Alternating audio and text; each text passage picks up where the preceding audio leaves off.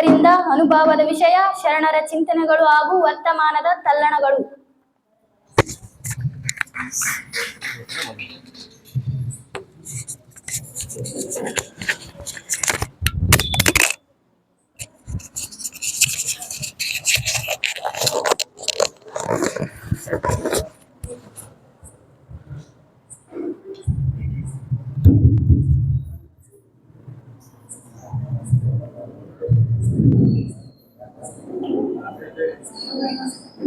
ನಾವು ಮೈಕ್ ಇರ್ಲಿ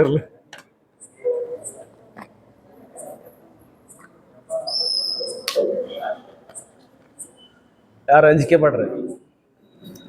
ಒಂದ್ ದೊಡ್ಡದು ಬುಕ್ ತಂದನ, ಮತ್ತೆ ನೀರ್ ಪಾರ್ ಕುಡಿದ್ ನಿಂತಾನ. ಇವತ್ತೇನ್ ನಾವು ಉಣಕ್ ಹೋಗ್ತಿರಲಿಲ್ಲ ಅಂತೇಳಿ ಅದ್ರಾಗ ಅಂಪಣ್ಣ ಸರ್ಸ್ ಕೂಡ ಜಲ್ದಿ ಬಿಡ್ಲಲ್ಲ.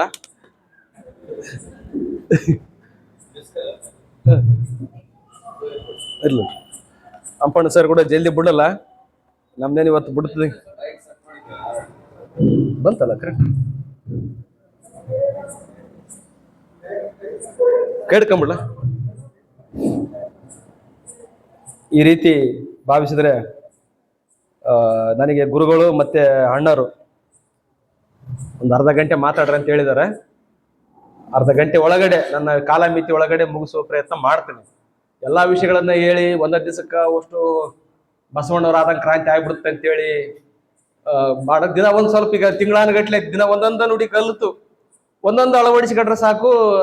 ಬಸವಣ್ಣನ ಸೆನೆಕಾರ ಹೋಗ್ಬೋದು, ಆ ಕ್ಷಣ ಮುಟ್ಲಿಕ್ಕಿಲ್ಲ, ಸೆನೆಯಕ್ಕೆ ಹೋಗ್ಬಾರ್ದು ಅಂತೇಳಿ ನನ್ನ ಮಾತನ್ನ ಹೇಳ್ತಾ, ಜ್ಞಾನದ ಬಲದಿಂದ ಅಜ್ಞಾನದ ಕೇಡು ನೋಡೆಯ, ಜ್ಯೋತಿಯ ಬಲದಿಂದ ತಮಂದಕದ ಕೇಡು ನೋಡೆಯ, ಸತ್ಯದ ಬಲದಿಂದ ಅಸತ್ಯದ ಕೇಡು ನೋಡೆಯ, ಕೂಡಲ ಸಂಗಮ ಶರಣರ ಅನುಭವದಿಂದ ಎನ್ನ ಭವದ ಕೇಡು ನೋಡೆಯ ಎನ್ನುವ ಬಸವಣ್ಣನವರ ವಚನಗಳನ್ನ ಪ್ರಾರಂಭದಲ್ಲಿ ಹೇಳುತ್ತಾ, ಈ ಒಂದು ಬಸವ ಕೇಂದ್ರ, ಮಹಿಳಾ ಬಸವ ಕೇಂದ್ರ, ಯುವ ಬಸವ ಕೇಂದ್ರ, ಬಸವ ಚಾರಿಟೇಬಲ್ ಟ್ರಸ್ಟ್, ರಾಷ್ಟ್ರೀಯ ಬಸವ ದಳ, ಬಸವ ಸಮಿತಿ, ಜಾಗತಿಕ ಲಿಂಗಾಯತ್ ಮಹಾಸಭಾ, ಹೀಗೆ ಅನೇಕ ಬಸವ ಸಂಘಟನೆಗಳ ನೇತೃತ್ವದಲ್ಲಿ ಶ್ರಾವಣ ಮಾಸದ ಪ್ರಯುಕ್ತ ಮೌಢ್ಯ ಮುಕ್ತ ಬದುಕಿಗಾಗಿ ವಚನ ಶ್ರಾವಣ ಎನ್ನುವಂತ 27ನೇ ದಿನದ ವಚನ ಕಾರ್ಯಕ್ರಮದಲ್ಲಿ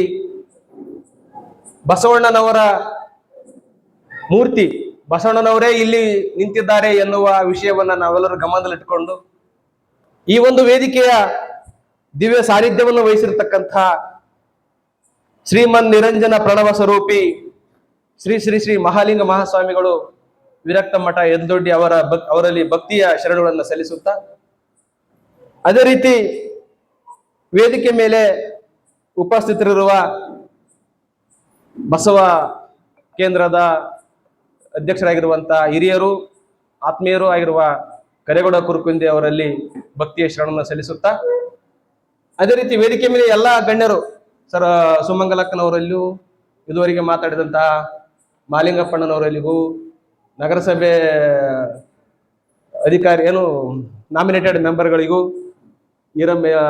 ಅಜ್ಜಿ ಈರಮ್ಮ, ನಮ್ಮವ್ರ ಅನುಭವ ದೊಡ್ಡದು, ಅವರು ಎಷ್ಟು ಜೀವನ ಸವಿಸಿದರು ಅವರಿಗೆ ಗೊತ್ತು. ಅದೇ ರೀತಿ ರೇಣುಕಮ್ಮನವರಿಗೆ ಮತ್ತೆ ಹಿರಿಯ ಯಜಮಾನರಿಗೆ ಮತ್ತು ಇಲ್ಲಿವರೆಗೆ ಕೂತಿರುವಂತ ತಮ್ಮೆಲ್ಲರಲ್ಲಿಯೂ ಭಕ್ತಿ ಶರಣನ್ನ ಸಲ್ಲಿಸುತ್ತಾ, ಈಗ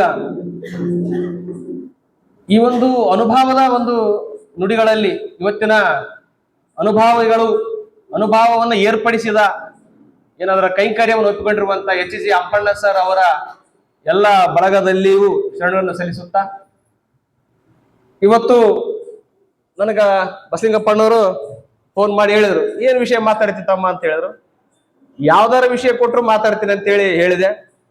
ನೀವು ವರ್ತಮಾನದ ಬಗ್ಗೆ ನೀವು ಮಾತಾಡಿ ಬಿಡ್ರಿ ಅಂತೇಳಿ ಶರಣರು ಹೇಳಿದ್ರು. ಅದು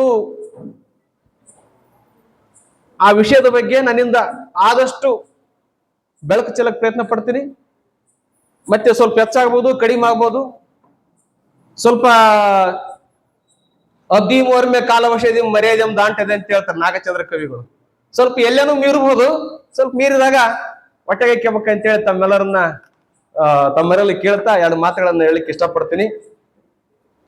ಬಂಧುಗಳೇ, ಶರಣರ ಕಲ್ಯಾಣ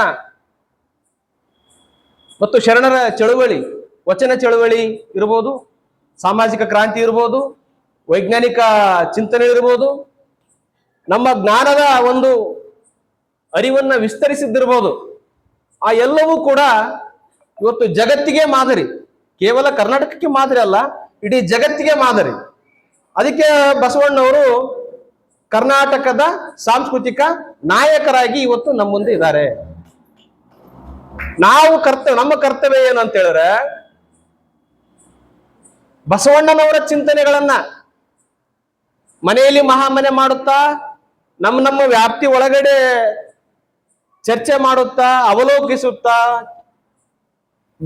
ಗಂಭೀರವಾಗಿ ಚಿಂತಿಸುತ್ತಾ ಕೂತ್ಕೊಳ್ತಾ ಇದ್ದೀವಿ.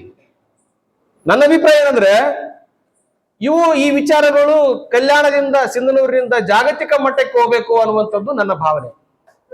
ಆವಾಗ ಮಾತ್ರ ಜಗತ್ತಿನಲ್ಲಿ ಸ್ವಲ್ಪ ಬದಲಾವಣೆ ಬರ್ಲಿಕ್ಕೆ ಸಾಧ್ಯತೆ ಇದೆ ಅನ್ನುವಂಥದ್ದು. ಇವತ್ತು ಹೆಂಗಿದೆ ಪರಿಸ್ಥಿತಿ ಅಂತ ಹೇಳಿದ್ರೆ, ನಾವಷ್ಟೇ ಶುದ್ಧ ಆಗಿದ್ದೀನಿ, ನಾನು ತರುವ ಶುದ್ಧ, ಮನವ ಶುದ್ಧ, ಎಲ್ಲ ಶುದ್ಧ ಆಗಿದೆ, ನಾನಷ್ಟೇ ಮೌಢ್ಯ ಆಚರಣೆ ಮಾಡಂಗಿಲ್ಲ, ನಮ್ಮ ಊರಾಗ ಸ್ವಲ್ಪ ಜನ ಆಚರಣೆ ಮಾಡಂಗಿಲ್ಲ ಅಂತ ಹೇಳಿದ್ರೆ, ಹೊರಗಿನಿಂದ ಬಂದು ನಮಗೆ ಮೌಢ್ಯ ಆಚರಣೆ ಮಾಡುವ ನಶೆ ತುಂಬ್ತಾರೆ. ಹಂಗಾಗಿ ಅವರು ಬಂದು, ಅಂದ್ರೆ ಜಾಗತಿಕ ಮಟ್ಟದಲ್ಲಿ ಇವತ್ತು ಮೌಢ್ಯತೆ ಇದೆ, ಜಾಗತಿಕ ಮಟ್ಟದಲ್ಲಿ ಕಂದಾಚಾರಗಳಿದೆ, ಜಾಗತಿಕ ಮಟ್ಟದಲ್ಲಿ ಇವತ್ತು ಅವ್ಯವಸ್ಥೆಗಳಿದಾವೆ. ನಾವು ನಮ್ಮ ವಿಚಾರಗಳನ್ನ ಪ್ರಬಲವಾಗಿ ಪ್ರತಿಸ್ಥಾಪಿಸಬೇಕಾದ್ರೆ ನಾವು ಜಾಗತಿಕ ಮಟ್ಟದಲ್ಲಿ ಬಸವಣ್ಣ ವಿಚಾರಗಳನ್ನು ತೆಗೆದುಕೊಂಡು ಹೋಗ್ಬೇಕನ್ನುವಂತ ಮಾತನ್ನು ನಾನು ಈ ಸಂದರ್ಭ ಹೇಳಕ್ಕೆ ಇಷ್ಟಪಡ್ತೀನಿ. ಇವತ್ತು ಯಾವ ಸ್ಥಳೀಯವಾಗಿಲ್ಲ, ಜಾಗತಿಕ ಮಟ್ಟದಲ್ಲಿ ಅಜ್ಞಾನ ಜಾಗತಿಕ ಮಟ್ಟದಲ್ಲಿದೆ, ಕಂದಾಚಾರ ಜಾಗತಿಕ ಮಟ್ಟದಲ್ಲಿದೆ. ಅವುಗಳನ್ನು ನಾವು ಬೇರೆ ಸಹಿತ ಕಿತ್ತೊಗಿಲಿಯುವ ಪ್ರಯತ್ನವನ್ನ ಮಾಡಬೇಕು ಅನ್ನುವಂತ ಮಾತನ್ನ ಈ ಸಂದರ್ಭದಲ್ಲಿ ನಾನು ಹೇಳಿಕ್ಕೆ ಇಷ್ಟಪಡ್ತೀನಿ ಬಂಧುಗಳೇ ಅನ್ನುವಂಥದ್ದು.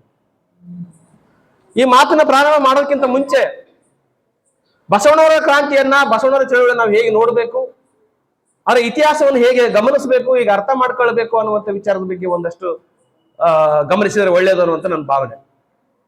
ಬಂಧುಗಳೇ, ನಾವು ಇಲ್ಲಿವರೆಗೆ ನೋಡಿದಿವಿ ಆಧ್ಯಾತ್ಮಿಕತೆಯ ಉನ್ನತ ಶಿಖರ ಬಸವಣ್ಣ, ಅಲೌಕಿಕ ಚಿಂತನೆಗಳ ಪ್ರತಿಪಾದಕ ಬಸವಣ್ಣ ಅಂತೇಳಿ ಒಂದು ವಾದಲ್ಲ, ಪದೇ ಪದೇ ಅದನ್ನು ನಾವು ಉಲ್ಲೇಖ ಮಾಡ್ತಾ ಇರ್ತೀವಿ. ನನಗನಿಸ್ತದ, ಬುದ್ಧನ ಆದಿಯಾಗಿ ಬಸವಣ್ಣ ಇಹಲೋಕದಲ್ಲಿ, ಪರಲೋಕದ ಬಗ್ಗೆ ಅಲ್ಲ, ಇಹಲೋಕದ ಜನರ ಕಷ್ಟ ಮತ್ತು ಕಣ್ಣೀರನ್ನ ಕಳೆದಂತಹ ಮತ್ತು ನಮ್ಮ ಭವಗಳನ್ನ, ನಮಗಿರತಕ್ಕಂಥ ಅಜ್ಞಾನವನ್ನ ತೊಳೆದಂತಹ ಮಹಾಮಾನವತವಾದಿ ಬಸವಣ್ಣ ಅನ್ನುವಂಥದ್ದನ್ನು ನಾವು ಗಮನಿಸ್ತೇವೆ. ಮಹಾಮಾನವತವಾದಿ ಬಸವಣ್ಣ, ಲೌಕಿಕವಾದಿ ಬಸವಣ್ಣ, ವೈಜ್ಞಾನಿಕ ಚಿಂತಕ ಬಸವಣ್ಣ, ತಾರ್ಕಿಕವಾದ ಆಲೋಚನೆಗಳನ್ನು ಹುಟ್ಟಾಕಿದಂತ ಬಸವಣ್ಣ, ಅದೇ ರೀತಿ ಕಲ್ಯಾಣವನ್ನು ಅಭಿವೃದ್ಧಿ ಮಾಡಿ ಇದೇ ರೀತಿ ಅಭಿವೃದ್ಧಿ ಮಾಡಬೇಕು ಅಂತೇಳಿ ಅಭಿವೃದ್ಧಿ ಮಾಡಿ ತೋರಿಸಿದ ಅಭಿವೃದ್ಧಿ ಹರಿಕಾರ ಬಸವಣ್ಣ, ವೈಚಾರಿಕ ಪ್ರಖರ ನೆಲೆಗಟ್ಟು ಬಸವಣ್ಣ, ವೈಚಾರಿಕ ಚಿಂತನೆಯ ಪ್ರಖರ ನೆಲೆಗಟ್ಟು ಬಸವಣ್ಣ.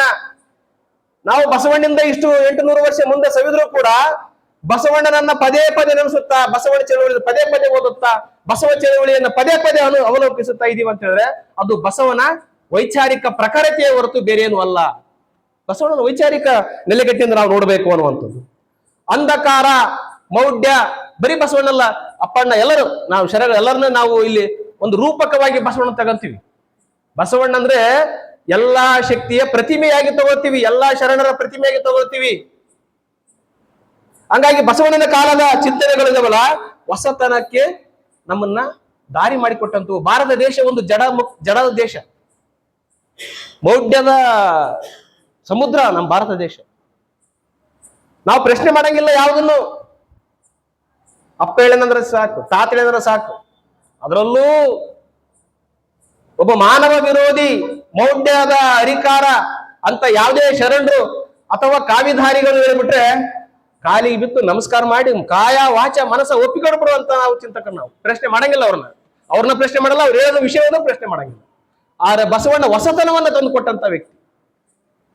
ಬಸವಣ್ಣನವರ ಚಿಂತನೆಗಳು ಹೊಸ ಅರಿವಿನ ಕಡೆಗೆ ನಮ್ಮನ್ನ ತೆರೆಯುವಂತಹ ಶಕ್ತಿ. ಬಸವಣ್ಣ ಅಂದ್ರೆ ಅಧ್ಯಯನ ಪೂರ್ಣ, ಬಸವಣ್ಣ ಅಂದ್ರೆ ಭ್ರಷ್ಟಾಚಾರದ ವಿರೋಧ, ಬಸವಣ್ಣ ಸಂಪತ್ತಿನ ಸಂಗ್ರಹ ಮಾಡಿ ನನಗಿರ್ಲಿ, ನನ್ನ ಮಕ್ಕಳಿಗಿರ್ಲಿ, ನನಗಿರ್ಲಿ ಅನ್ನುವಂತ ಒಂದು ಸ್ವಾರ್ಥದ ಸಂಪತ್ತನ್ನು ಸಂಗ್ರಹಿಸುವುದಕ್ಕೆ ತಮ್ಮ ಸಂಪೂರ್ಣ ವಿರೋಧ ಇರುವಂತಹ ವ್ಯಕ್ತಿ ಬಸವಣ್ಣ. ಕುಶಲಕರ್ಮಿಗಳ ಪರ ಬಸವಣ್ಣ.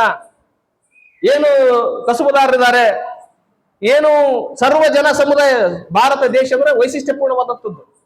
ತಮ್ಮ ಹೊಲ ಮನೆಗಳಿಗೆ ಬೇಕಾದಂತಹ ಸಂಪೂರ್ಣ ಏನು ಸಲಕರಣೆಗಳಿದಾವಲ್ಲ, ಎಲ್ಲ ಸಲಕರಣೆಗಳನ್ನ ನಾವೇ ಮಾಡಿಕೊಡುವಂತ ಸ್ವಯಂ ಸ್ವಾವಲಂಬಿ ದೇಶ ನಂಬುದು. ಸ್ವಯಂ ಸ್ವಾವಲಂಬಿ ದೇಶ. ಅವರಿಗೆ ಎಷ್ಟು ಪ್ರೋತ್ಸಾಹ ಕೊಡ್ತೀವಿ, ಆ ಕುಶಲಕರ್ಮಿಗಳನ್ನ ಎಷ್ಟು ಚೆನ್ನಾಗಿ ನಾವು ಅವ್ರನ್ನ ಬೆಂಬಲಿಸ್ತೀವಿ, ಅಷ್ಟು ಈ ದೇಶ ಸುಭಿಕ್ಷವಾಗಿರ್ತದೆ. ಆ ಅರಿವಿಟ್ಟುಕೊಂಡು ಆ ಸರ್ವ ಜನರ ಅಭಿವೃದ್ಧಿಯ ಕಡೆಗೆ ಬಸವಣ್ಣನವರು ನಮ್ಮೆಲ್ಲರ ಕೊಂಡೊಯ್ದಿರುವುದು ಅಂತ ವ್ಯಕ್ತಿ ಬಸವಣ್ಣ ಅನ್ನುವಂಥದ್ದು. ಬಸವಣ್ಣ ನಿಸ್ಸಂದೇಹವಾಗಿ ಮನುವಾದದ ವಿರೋಧಿ. ಬಸವಣ್ಣ ನಿಸ್ಸಂದೇಹವಾಗಿ ಸನಾತನ ಧರ್ಮದ ಬೇರುಗಳನ್ನ ಕಿತ್ತೊಗೆಯುವ ಪ್ರಯತ್ನ ಮಾಡಿದ ಬಸವಣ್ಣ. ಆ ಮನುಧರ್ಮಶಾಸ್ತ್ರವನ್ನ ಸುಟ್ಟಾಕಿದ ವಿಚಾರದಿಂದ, ಜ್ಞಾನದಿಂದ ಸುಟ್ಟಾಕಿರು. ಜ್ಞಾನದ ಬಲದಿಂದ ಅಜ್ಞಾನದ ಕೆಡಂಬ ವಚನ ಪಾಸ್ಟಿಗೆ ಅದಕ್ಕೆ ಹೇಳಿದ್ದು. ಇವತ್ತು ನಾವು ಮೌಢ್ಯ ಬದುಕಿನ ವಿಚಾರನ ಮಾಡ್ತಾ ಇದೀವಿ. ಇವತ್ತು ಮೌಢ್ಯ ಬದುಕಿಗಾಗಿ ವಚನ ಶ್ರಾವಣ ಅಂತ ಮಾಡ್ತಾ ಇದೀವಿ. ಆದ್ರೆ ಈ ವಚನ ಶ್ರಾವಣದಲ್ಲಿ ಈ ಮೌಢ್ಯತೆ ಎಲ್ಲಿಂದ ಬಂದಿದೆ ಅನ್ನೋದ್ರ ಬಗ್ಗೆ ಸೂತ್ರ ಮಾಡಂಗಿಲ್ಲ. ಅದರ ವಿರುದ್ಧ ನಾವು ಕಡಾಖಂಡಿತವಾಗಿ ನಿಲುವು ತಗೊಳಂಗಿಲ್ಲ. ಅದರ ವಿರುದ್ಧ ನಮ್ಮ ಮನೋವೈಜ್ಞಾನಿಕಗಳ ಮನೋಭೂಮಿಕೆಯನ್ನು ಕಟ್ಟಿಕೊಳ್ಳೋದಿಲ್ಲ. ಅದರ ವಿರುದ್ಧ ನಾವು ನಿಂತುಕೊಳ್ಳೋದಿಲ್ಲ, ಸೆಟಲ್ ನಿಂತುಕೊಳ್ಳೋದಿಲ್ಲ. ಬರೀ ಮಾತಾಡ್ತೀವಿ. ಹೌದು, ಅವಿಗೆ ಆಲಾಗ್ಬಾರ್ದು ಅಂತ ಮಾತಾಡ್ತೀವಿ. ಕಲ್ಲನಾಗರ ಕಂಡ್ರೆ ಆಲೆಯವರೆಯ ಜಟನಾಗರ ಕಂಡ್ರೆ ಕೊಲ್ಲೆವರೇ ಅಂತ ಮಾತಾಡ್ತೀವಿ. ಬಸವಣ್ಣರು ಎಲ್ಲಾ ವಚನ, ನೂರಾರು ವಚನ ಮನಸ ಇಚ್ಛ ಹೇಳ್ತೀವಿ. ಆದ್ರೆ ಅದನ್ನು ಸೂತ್ರ ಮಾಡಿ ಅದಕ್ಕೊಂದು ನಿಂದಿರ್ಬೇಕಲ್ಲ. ಅದರ ವಿರುದ್ಧ ಯಾವ ನೆಲೆಗಟ್ಟಿನಿಂದ ಮೌಢ್ಯ ಬಂದಿದೆ, ಯಾವ ಮೂಸೆಯಿಂದ ಮೌಢ್ಯ ಬಂದಿದೆ, ಅದರ ತಾತ್ವಿಕ ನೆಲೆಗಟ್ಟೇನು, ಮೌಢ್ಯತೆಯ ತಾತ್ವಿಕ ನೆಲೆಗಟ್ಟೇನು, ವಿಧವೆ ಪುನರ್ವಿವಾಹ ಆಗ್ಬಾರ್ದು ಅಂತ ಹೇಳುವಂತ ತಾತ್ವಿಕ ನೆಲೆಗಟ್ಟೇನು? ಸನಾತನ ಧರ್ಮ ಅಲ್ವಾ? ಸನಾತನ ಧರ್ಮ ಅಲ್ವಾ ವಿಧವೆ ಪುನರ್ವಿವಾಹ ಆಗ್ಬಾರ್ದು ಅಂತೇಳಿ ಮಾಡಿದ್ದು? ಜಾತಿ ವ್ಯವಸ್ಥೆ, ವರ್ಣ ವ್ಯವಸ್ಥೆ ಮಾಡಿದ್ಯಾರು? ಮೌಢ್ಯ ಅಲ್ವಾ? ಜಾತಿ ವ್ಯವಸ್ಥೆ, ಅಂಧಕಾರ, ಮೌಢ್ಯತೆ ಇದನ್ನು ಮಾಡಿದ್ಯಾರು? ಸನಾತನ ವರ್ಣ ವ್ಯವಸ್ಥೆ ಅಲ್ವಾ? ಸನಾತನ ಮೂಲ ಇಲ್ವಾ ಅದರಲ್ಲಿ? ಅದೇ ರೀತಿ ಇನ್ನಿತರ ಏನ್ ತಾರತಮ್ಯಗಳಿದಾವ, ಏನು ಮೌಢ್ಯಗಳಿದಾವ, ಒನ್ ಬೈ ಒನ್ ನೂರಾರು ವಿಷಯಗಳಲ್ಲಿ ನಾವು ಅನುಸರಿಸ್ತಿರ್ತೀವಿ. ಇದು ಹಿಂಗೆ ಇರಬೇಕು, ಇದು ಹೀಗೆ ಮಾಡಬೇಕು ಅನ್ನುವಂಥದ್ದು. ಗಣಪನ ಕುಂದ್ರಿಸ್ತಾರೆ, ಅದು ಮೌಢ್ಯತೆ ಅಲ್ವೇನು? ಗಣಪನ ಬಗ್ಗೆ ಒಂದು ಆರ್ಟಿಕಲ್ ಬರೆದೆ ನಾನು ಮೊನ್ನೆ. ಎಲ್ಲ ಫೇಸ್ಬುಕ್ ಅಲ್ಲಿ, ವಾಟ್ಸಪ್ ಅಲ್ಲಿ ನಾನು ಅದನ್ನ ಸಾಧ್ಯವಾದಷ್ಟು ಎಲ್ಲರಿಗೆ ಹಂಚಿಕೊಂಡೆ. ಬರೀ ಗಣಪ ಅಲ್ಲ, ಹೆಸರಿಗೆ ಗಣಪ. ಅದರಿಂದ ಮನುವಾದವನ್ನ ಕರೆಕ್ಟ್ ಆಗಿ ಜಾರಿಗೆ ತರುವ ಹುನ್ನಾರದಲ್ಲಿ ಅಡಗಿದೆ. ಒಂದು ಗಣಪನಿಂದ ಫುಲ್ ಪೊಲಿಟಿಕ್ಸ್. ಹೆಸರಿಗೆ ಗಣಪ, ಹೆಸರಿಗೆ ಭಕ್ತಿ ಎಂಬುದು ತೋರುಂಬ ಲಾಭ, ವೇದವೆಂಬುದು ಓದಿನ ಮಾತು, ಶಾಸ್ತ್ರ ಎಂಬುದು ಸಂತೆ ಸುದ್ದಿ, ಪುರಾಣವೆಂಬುದು ಪುಂಡರ ಗೋಷ್ಠಿ, ಭಕ್ತಿ ಎಂಬುದು ತೋರುಂಬ ಲಾಭ. ನಾವು ಹೋಗಿ ಅದಕ್ಕೆ ಉಂಡೆ ಮಾಡಿ ಕೊಟ್ಟು ಬರ್ತೀವಿ. ಅಲ್ಲಿ ಲೋಕಲ್ ರಾಜಕೀಯ ಮಾಡ್ತಾರ, ಓಣೆಗೆ ರಾಜಕೀಯ ಮಾಡ್ತಾರ. MLA ತನಕ ನಾನು ಎಷ್ಟು ಗಲಾಟೆ ಮಾಡ್ತೀನಿ, ಎಷ್ಟು ವಿಜೃಂಭಣೆ ಮಾಡ್ತೀನಿ, ಅಷ್ಟರ ಮಟ್ಟಿಗೆ ನನಗೆ MLA ಟಿಕೆಟ್ ಸಿಗುತ್ತಾ, ನಾನು ಗೆಲ್ಲಬಹುದು ಅನ್ನುವಂತಹ ಕುತಂತ್ರ ಅದರಿಂದ ಅಡಗಿದೆ. ಮತ್ತೆ ಅದೇ MLA, ಅದೇ ಗಣಪತಿ ಪಟ್ಟಿ ಕೊಟ್ಟವ್ರಿಗೆ ಅದರಲ್ಲಿ ಶೂದ್ರರಾಗಿದ್ರೆ ಅಲ್ಲೇ ನಮಸ್ಕಾರ ಮಾಡಿ ಹೋಗ್ಬಿಡ್ರಂತಾರ. ಯಾವ ಜಾತಿವಾದವನ್ನು ನಾವು ವಿರೋಧ ಮಾಡ್ತಿದೀವಿ ಅಲ್ಲಿ ಜಾತಿವಾದ ಜಾರಿ ತರ್ತಾರ. ಯಾವ ಮೌಢ್ಯತೆ ವಿರೋಧ ಮಾಡ್ತೀವಿ ಅಲ್ಲಿ ಮೌಢ್ಯತೆ ಜಾರಿ ತರ್ತಾರ. ನಾವೇನ್ ಮಾಡ್ತೀವಿ? ಮೌಢ್ಯತೆ ಬಗ್ಗೆ ಈ ತರ ಸೂತ್ರ ಮಾಡೋದ್ರಲ್ಲಿ ಫೇಲ್ ಆಗಿದ್ದೀವಿ. ಅದ್ರ ವಿರುದ್ಧ ಸರಿಯಾಗಿ ನಿರ್ದೇಶನ ತಗೊಂಡು, ಸರಿಯಾದಂತ ಜ್ಞಾನ ತಗೊಂಡು ಅದ್ರ ವಿರುದ್ಧ ಸರಿಯಾಗಿ ನಿಂತುಕೊಂಡ್ರಲ್ಲಿ ನಾವು ವಿಫಲರಾಗಿದ್ದೀವಿ. ಹೌದಾ? ಬರೀ ಮಾತಿನಿಂದ ಅವ್ರನ್ನ ಸೋಲಿಸಕ್ಕಾಗೋದಿಲ್ಲ. ಇವತ್ತು ಮಾತು, ಕೃತಿ ಮತ್ತು ಎಲ್ಲಾ ರೀತಿಯಿಂದ ತಯಾರಾಗಿ ನಿಲ್ಲುವಂತ ಪರಿಸ್ಥಿತಿ ಇವತ್ತು ನಮ್ಮ ಮುಂದಿದೆ. ಹಾಗಾಗಿ ಒಂದು ಸೂತ್ರ ಮಾಡೋದು. ಎರಡನೇದ್ದು, ನಮ್ಮಲ್ಲಿರ್ತಕ್ಕಂಥ ಸಮಸ್ಯೆ ಏನಂತ ಹೇಳಿದ್ರೆ, ಮೌಢ್ಯತೆ ಸಂಬಂಧಪಟ್ಟ ನಮ್ಗಿರುವಂತ ಸಮಸ್ಯೆ ಅಂದ್ರೆ, ನಾವು ಒಳ್ಳೇದು ಕೂಡ ಯಾರೋ ಹೇಳಿದ್ರೆ ಕೇಳ್ತೀವಿ, ಕೆಟ್ಟದ್ದು ಕೂಡ ಯಾರೋ ಹೇಳ್ಬೇಕು ಅದನ್ನು ಕೂಡ. ಮನುವಾದನು ಬಂದು ಹೇಳಿದ್ರೆ ದೊಡ್ಡ ತಾತನ ಹೇಳಿಬಿಟ್ರಿಗೇನ ಮತ್ತೆ ಕೇಳಿಗೇನ? ಆತನ ಹೇಳಿದ್ಮೇಲೆ ಈ ವಾಸ್ತು ಪ್ರಕಾರ ಇಲ್ಲೇ ಗಿಡ ಮೂಲೆ ಗಿಡ ಅಂದ್ರೆ ಅಲ್ಲೇ ಮೂಲೆ ಗಿಡಬೇಕು. ಯಾಕಂದ್ರೆ ದೊಡ್ಡ ತಾತ ಹೇಳ್ಬಿಟ್ಟ. ಇಲ್ಲ ಈ ಸರಿ ವರಲಕ್ಷ್ಮಿ ಪೂಜೆ ಮಾಡ್ರಿ ಅಂತ ಹೇಳಿದ್ರೆ ದೊಡ್ಡ ತಾತ ಹೇಳ ಮಾಡಬೇಕು. ಈ ರೀತಿ ನಾವು ಅದನ್ನ ಹೇಳ್ಬೇಕು. ಇನ್ನ ಅದನ್ನ ಬುಡ್ರಮ್ಮ ಅದು ಮೌಢ್ಯ ಅಂತ ಹೇಳ್ಬೋದು, ಅದನ್ನು ಯಾರನ್ನೊಬ್ರು ಬಂದು ಹೇಳ್ಬೇಕು, ಅದನ್ನು ಹೇಳ್ಬೇಕು, ಇದನ್ನು ಹೇಳ್ಬೇಕು. ಅದನ್ನ ಹೇಳಿದಾಗ ಅನುಸರಿಸ್ತೀರಿ, ಇದನ್ನ ಹೇಳಿದಾಗ ಹೇಳ್ತಾರ ಬಿಡುದು, ನಮ್ದೇತರ ನಾವು ಚಾಲು ಮಾಡೋಣ. ಮನೆಗೆ ಬಂದ್ ನೋಡ್ತಾರ ನಾವೇನು ಪೂಜೆ ಮಾಡಿದ್ದು, ಮನೆಗೆ ಬಂದ್ ನೋಡ್ತಾರ ನಾವೇನು ಎಲ್ಲ ಹೇಳಿದ್ರ ವೇದಿಕೆ ಮೇಲೆ ಇರೋದು ಅಂತೇಳಿ ನಾವೇನು ಆ ತಿಳುವಳಿಕೆ ಬರ್ತೀವಿ. ನಾವೇನ್ ಮಾಡ್ತೀವಿ ಇಲ್ಲಿ ವಿಷಯ ಅಂತ ಹೇಳಿದ್ರೆ, ನಾನು ಹೇಳ್ತಕ್ಕಂಥ ವಿಷಯ ಏನಂತ ಹೇಳಿದ್ರೆ, ನಮ್ಮ ಮನೋ ಸೈಕಾಲಜಿ ಇದೆ, ನಮಗೊಂದು ಸೈಕಾಲಜಿ. ನಮ್ಮ ಸೈಕಾಲಜಿ ಏನ್ ಮಾಡ್ತ ಅಂತ ಹೇಳಿದ್ರೆ, ಸೈಕಾಲಜಿ ಬಹಳ ಒಳ್ಳೊಳ್ಳೆ ವಿಚಾರಗಳನ್ನ ಮಾಡ್ತದೆ ಸೈಕಾಲಜಿ, ಅವ್ರ ಅನುಷ್ಠಾನ ಮಾಡಂಗಿಲ್ಲ, ಅದು ಸೈಕಾಲಜಿ ಪ್ರಾಬ್ಲಮ್. ಎರಡನೇದ್ದು, ಒಂದು ವಿಷಯವನ್ನ ಇನ್ನೊಬ್ಬರ ಮೇಲೆ ಹಾಕಿ ಅಂದ್ರೆ ಹೇಳೋರ ಮೇಲೆ ಹಾಕಿ ಅವ್ರು ಹೇಳಿದ್ರು ನಾವು ಅದ್ರಾಗ ಮಾಡೋಣ ಅಂತೇಳಿ ಸಾಧ್ಯವಾದಷ್ಟು ಮಾಡಕ್ ಪ್ರಯತ್ನ ಪಡ್ತೀರಿ, ಮತ್ತು ನೀವಾಗೆ ಸ್ವತಃ ವಿಚಾರ ಮಾಡಿ ಮಾಡಂಗಿಲ್ಲ. ನನ್ನ ಅಭಿಪ್ರಾಯ ಏನಂದ್ರೆ, ನೀವಾಗೆ ಸ್ವತಃ ವಿಚಾರ ಮಾಡಿ ಒಂದು ವಿಷಯವನ್ನ ಒಪ್ಪಿಗೆರ್ರಿ, ಅಥವಾ ನೀವಾಗೆ ಒಂದು ವಿಷಯನ ಇಲ್ಲ ನಾವ್ ಹೇಳೋದ್ ಸುಳ್ಳೈತೆ ಅಂತ ಹೇಳಿದ್ರೆ ನಾವ್ ಹೇಳೋದ್ ಸುಳ್ಳು ಅಂಬುದು ಕೂಡ ವೈಚಾರಿಕವಾಗಿ ಒಪ್ಪಿಗೆರ್ರಿ. ಹೇಳಿದ ಕಾರಣಕ್ಕೋಸ್ಕರ ಒಪ್ಬೇಡ್ರಿ, ಯಾರೋ ಬಂದು ಹೇಳಿದ ಕಾರಣಕ್ಕೋಸ್ಕರ ಒಪ್ಬೇಡ್ರಿ. ನೀವೇ ಸ್ವತಃ ವಿಚಾರ ಮಾಡಿ ಓದಿ ತಿಳ್ಕೊಂಡು ನಿಮ್ಮ ಅರಿವಿನ ಪ್ರಜ್ಞೆಯನ್ನು ವಿಸ್ತರಿಸಿಕೊಂಡು, ಹೌದು ಇದು ಮೌಢ್ಯನೋ ಮೌಢ್ಯಲ್ವೋ, ಹೌದು ಇದು ಅನುಸರಿಸಬೇಕೋ ಅನುಸರಿಸಬಾರದು ಅನ್ನುವಂಥ ವಿಚಾರವನ್ನು ನೀವು ಸ್ವತಃ ಅವಲೋಕನ ಮಾಡ್ಬೇಕು ಅನ್ನುವಂಥದ್ದು ನನ್ನ ವೈಯಕ್ತಿಕ ವಿನಂತಿ. ನಾವು ಸೋಂಬೇರಿಗಳು, ಓದಂಗಿಲ್ಲ, ನಾವು ಸೋಂಬೇರಿಗಳು, ಅರ್ಥ ಮಾಡ್ಕೊಳಂಗಿಲ್ಲ. ಮತ್ತೆ ನಮಗೆ ಸೆಲ್ ತಲೆ ಕೆಡಿಸ್ಕೊಂಡ್ರೆ ನಾವೇನೋ ಓದ್ಬೇಕು, ಅದೇನೋ ಮಿಸ್ಟೇಕ್ ಆಗ್ಬೇಕು, ಮತ್ತೆ ಆಗ್ತಂದ್ರೆ ಇವ್ರೇ ಇರಲ್ಲ ಇವ್ರಂಗ ಹೋಗ್ಬಿಡಮ್ಮ ಅಂತೇಳಿ. ದಯಮಾಡಿ ನಾವೆಲ್ಲರೂ ಅರಿವಿನ ಕಡೆಗೆ ಹೋಗ್ಬೇಕು, ಬಸವಣ್ಣರ ವಚನಗಳನ್ನು ಓದ್ಬೇಕು, ಬಸವಣ್ಣರ ಚಿಂತನೆಗಳನ್ನು ಅನುಸರಿಸಬೇಕು ಅಂತ ಹೇಳಿದ್ರೆ ಸ್ವಯಂ ಪ್ರಯತ್ನ ಮಾಡಬೇಕು, ಸ್ವಯಂ ಅಧ್ಯಯನ ಮಾಡಬೇಕು, ಸ್ವಯಂ ವಿಮರ್ಶೆ ಮಾಡಬೇಕು. ಮೌಢ್ಯ ಬುಡ್ರಿ ಬುಡ್ರಿ ಬುಡ್ರಿ ಅಂತ ಹೇಳಿ ಹೇಳಿದ ತಕ್ಷಣ ಕೇಳಂಗಿಲ್ಲ. ಸ್ವತಃ ನೀವು ಯಾವಾಗ ಅದನ್ನ ಮನಸ್ಸಿಗೆ ತಗಂತಿರೋ, ಯಾವಾಗ ಸ್ವತಃ ಪ್ರತಿಯೊಂದಕ್ಕೂ ಪ್ರಶ್ನೆ ಮಾಡ್ತಿರೋ, ಇದ್ ಯಾಕೆ ಮಾಡ್ಬೇಕು, ಇದ್ ಯಾಕೆ ಹಿಂಗ್ ಮಾಡ್ಬೇಕು ಅನ್ನೋದು ಪ್ರಶ್ನೆ ಮಾಡ್ತಾರೋ, ಅವಾಗ ಏನಾದ್ರೆ ಮೌಢ್ಯತೆ ಬಗ್ಗೆ ಒಂದಷ್ಟು ಜಾಗೃತಿ ಬರ್ಲಿಕ್ಕೆ ಸಾಧ್ಯತೆ ಇದೆ. ಅದರಲ್ಲಿ ವಚನಗಳಲ್ಲಿ ಅನೇಕ ಅಂಶಗಳು ಇದಾವೆ. ಇವತ್ತು ಸಂಸ್ಕೃತದ ದಾಳಿ ನೋಡ್ತೀವಿ, ಸಂಸ್ಕೃತ ವಿದ್ಯಾಲಯಗಳ ಸ್ಥಾಪನೆ ಮಾಡಕತ್ತೇವ, ಸಂಸ್ಕೃತ ಮಠ ಮಾನ್ಯಗಳು ಹೆಚ್ಚಾಕತ್ತೇವ, ಸಂಸ್ಕೃತದಲ್ಲೇ ಅಷ್ಟು ಮನುವಾದದ ವಿಚಾರವನ್ನ ಪುನಃ ದಾರಿ ತರಕೈತಾರ. ಶರಣರೇನ್ ಹೇಳಿದ್ರು, ಸಂಸ್ಕೃತ ಭಾಷೆಗೆ ಶರಣರೇನ್ ಹೇಳಿದ್ರು, ಕಲ್ಲಿ ಹಾಕಿ ನೆಲ್ಲವ ತಳೆದು ಗುಬ್ಬಚ್ಚಿಯ ಬಾಯಲ್ಲಿ ಸಿಕ್ಕಿ ಕಳ್ಳ ಸಾವು ತರನಂತೆ ವಾಗ್ಯ ದ್ವೈತವ ಕಲಿತು ಸಂಸ್ಕೃತದ ಮಾತಿನ ಪಸರವ ಮುಂದಿಕ್ಕಿಕೊಂಡು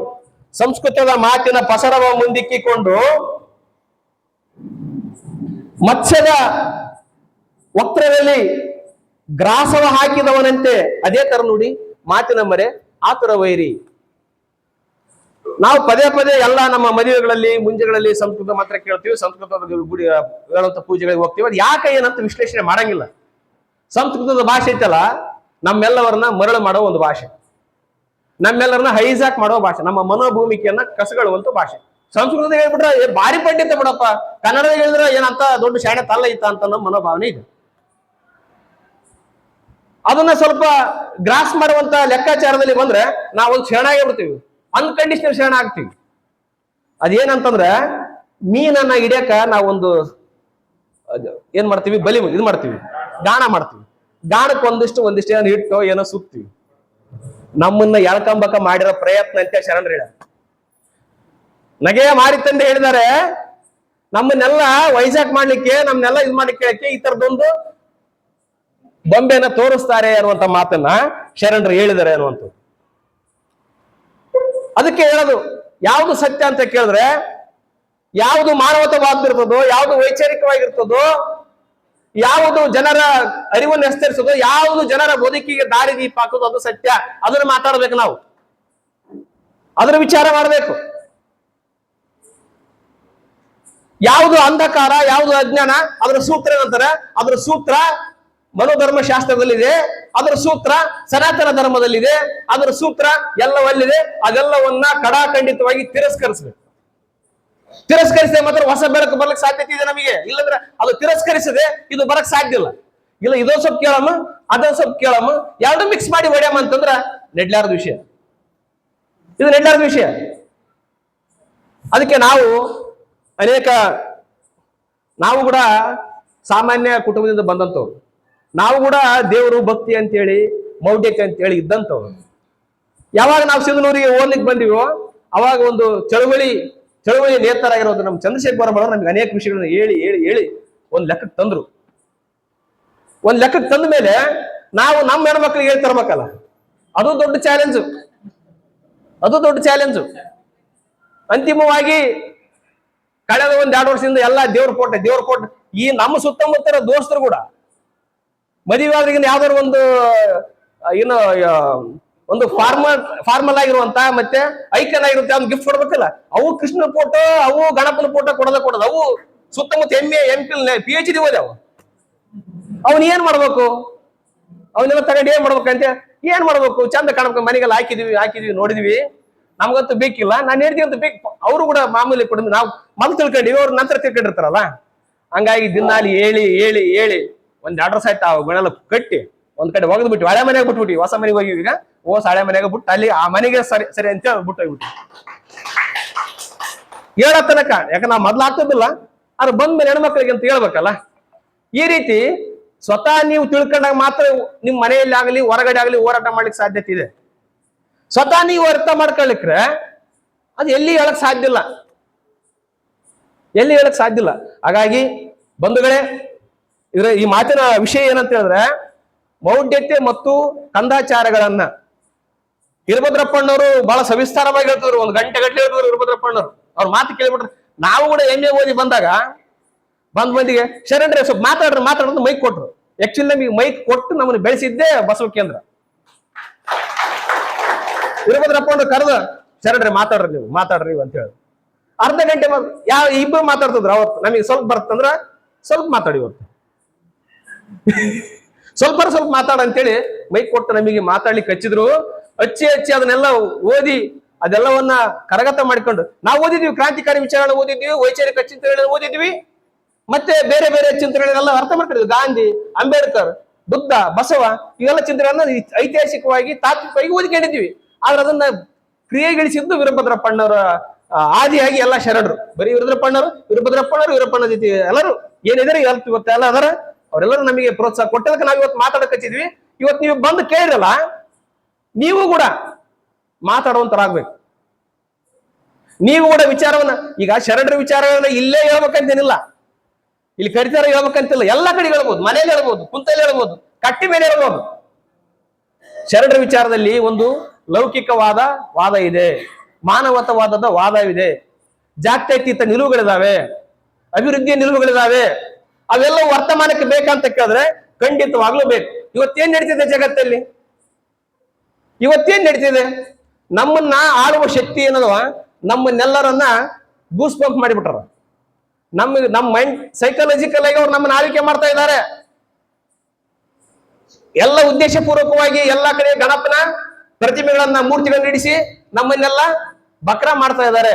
ಇವತ್ತು ಇಲ್ಲಿ ಕೂತ್ರೆ ನಾವು ಮಾತಾಡೋದು, ನಾಳೆ ಅಲ್ಲಿ ಹೋಗಿ ಓದಿಸರೆ ನಾವು. ಯಾಕಂದ್ರೆ ನಮ್ಮನ್ನ ಕ್ಯಾಪ್ಚರ್ ಮಾಡ್ಕೊಳ್ಳೋದು ಅವ್ರಿಗೆ ಬಹಳ ಈಸಿ ಇದೆ. ನಮ್ಮನ್ನ ಕ್ಯಾಪ್ಚರ್, ಅದಕ್ಕೆ ನಾವೇನ್ ಮಾಡ್ಬೇಕು, ನಾವು ಅವ್ರನ್ನ ಕ್ಯಾಪ್ಚರ್ ಮಾಡ್ತೀವಿ. ಬರಂಗಿದ್ರೆ ಇಲ್ಲಿಗೆ ಬರ್ರಿ, ಕೇಳಂಗಿದ್ರೆ ಶರಣರ ವಚನಗಳನ್ನ ಕೇಳ್ರಿ, ಕೇರಳರಿಂದ ವೈಚಾರಿಕ ನಿಲುವಿಗೆ ಬರ್ರಿ, ಕೇಳಂಗಿದ್ರೆ ಇದನ್ನೇ ಮಾಡ್ರಿ. ನಾವು ಮಾತ್ರ ಇಲ್ಲಿ ಬರಲ್ಲ ಅಂತೇಳಿ ಕಡಾಖಂಡಿತವಾಗಿ ಘಂಟಾಘೋಷವಾಗಿ ಹೇಳುವಂತಹ ಒಂದು ಸಂದರ್ಭ ಇವತ್ತಿದೆ ಅನ್ನುವಂತ ಮಾತನ್ನ ನಾನು ಹೇಳಿಕ್ ಇಷ್ಟಪಡ್ತೀನಿ ಅನ್ನುವಂಥದ್ದು.